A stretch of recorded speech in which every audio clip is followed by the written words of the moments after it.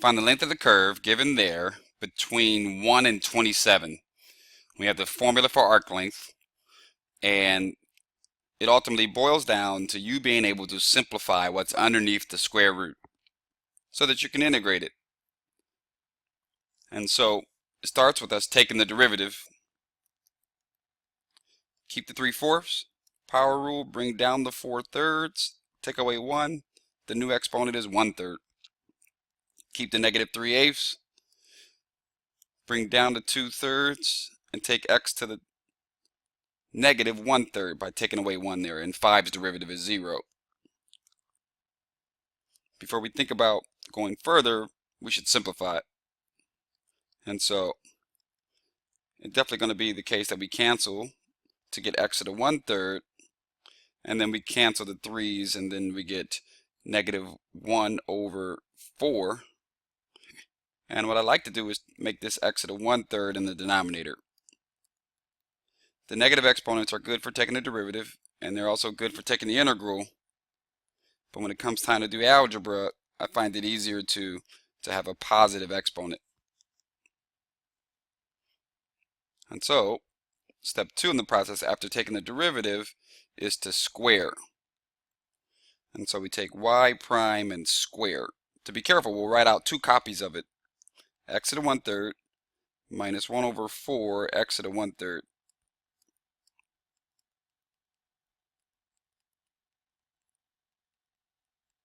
And when we FOIL that out, we add the exponents to get x to the 2/3. We get cancellation of the 1/3, x to the 1/3, and we end up with a minus 1/4, another minus 1/4, and then plus 1/16, and then also in the denominator is x to the 2/3. With these two middle terms combining to be minus 1/2.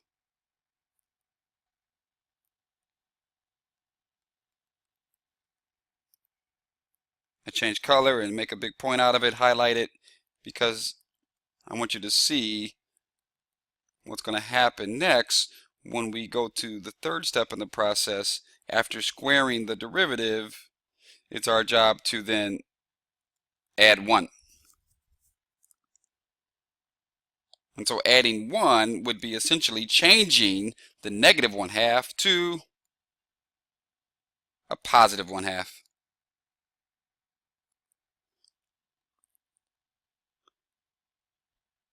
And so we end up with 1 plus the derivative squared as x to the 2/3 plus 1/2, and then the other term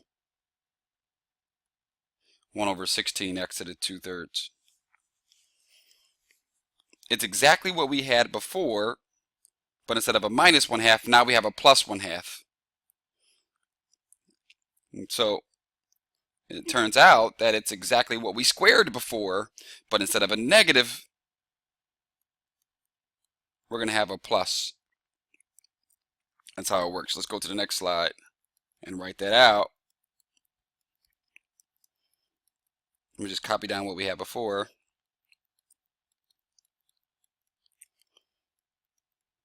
And when we had squared before, it was x to the 1/3 minus 1/4 x to the 1/3. And when we FOILed that out,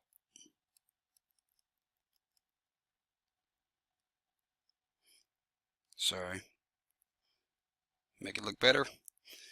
When we FOILed that out, what we got was x to the 2/3 matching a minus 1/2 and matching 1/16 x to the 2/3. And so the minus has become a plus.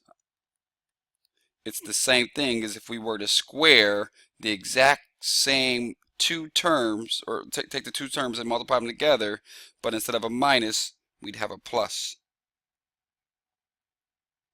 It's more of a recognition than anything else. It's kind of hard to factor that by yourself, but that's what happens. And so, because that's what happens, we now have a perfect square for step 4, which is to take the square root. So this guy here, this is just a sort of side work. I just want to show you. Remember what we had on the previous slide. And so 1 plus y prime quantity squared is now going to be written as x to the 1/3 plus 1 over 4x to the 1/3 quantity squared. And the fourth step in the process is to take the square root. And so we end up with exactly x to the 1/3 plus 1 over 4x to the 1/3. And that is going to be what we integrate. The hardest part was what we just did, being able to simplify what was underneath the radical. And then for the arc length, then we just integrate from a to b. I think it was 1 in 27. And what I'd like to do is to go back to negative exponents. They're good for taking the derivative. They're good for taking the antiderivative. Not too good for the algebra that was in between. And so we just integrate this. Okay, power rule in reverse. Let's go to the next slide.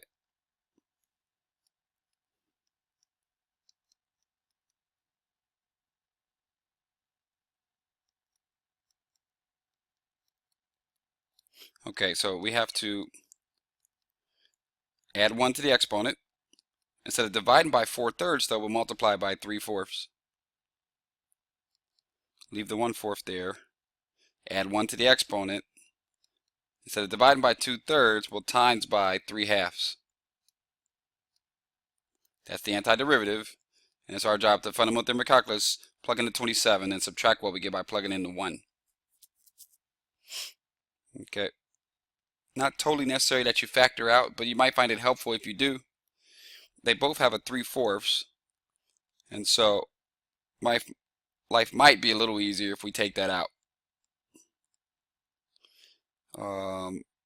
And so we would have x to the 4/3 from our first term left over, and the 3/4 would come out from the second term and leave us with a half. And so let's see what happens. We're going to put a 27 in and get 27 to the 4/3 and then 27 to the 2/3. I'm going to put a 1 in, and we're just going to get 1 plus a half. Okay. 27 to the 4/3 is 27 to the 1/3 and then to the 4th. Because 27 is a perfect cube, it ends up as 3 to the 4th, which is 81. Okay, same thing with 2/3. It ends up as 3 to the 2, which is 9. So we get an 81 plus 9/2, and then take away 3/2 with the 3/4 on it. This is 6/2 or 3. And so 3/4 of 81 plus 3. And then the 4 can go into the 84 21 times. And then we finally triple 21 to get an answer of 63. Final answer.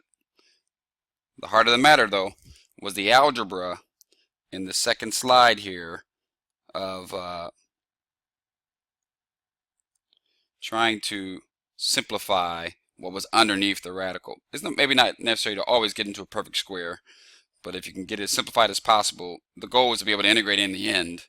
And so, yeah, that's what we got. All right, good job.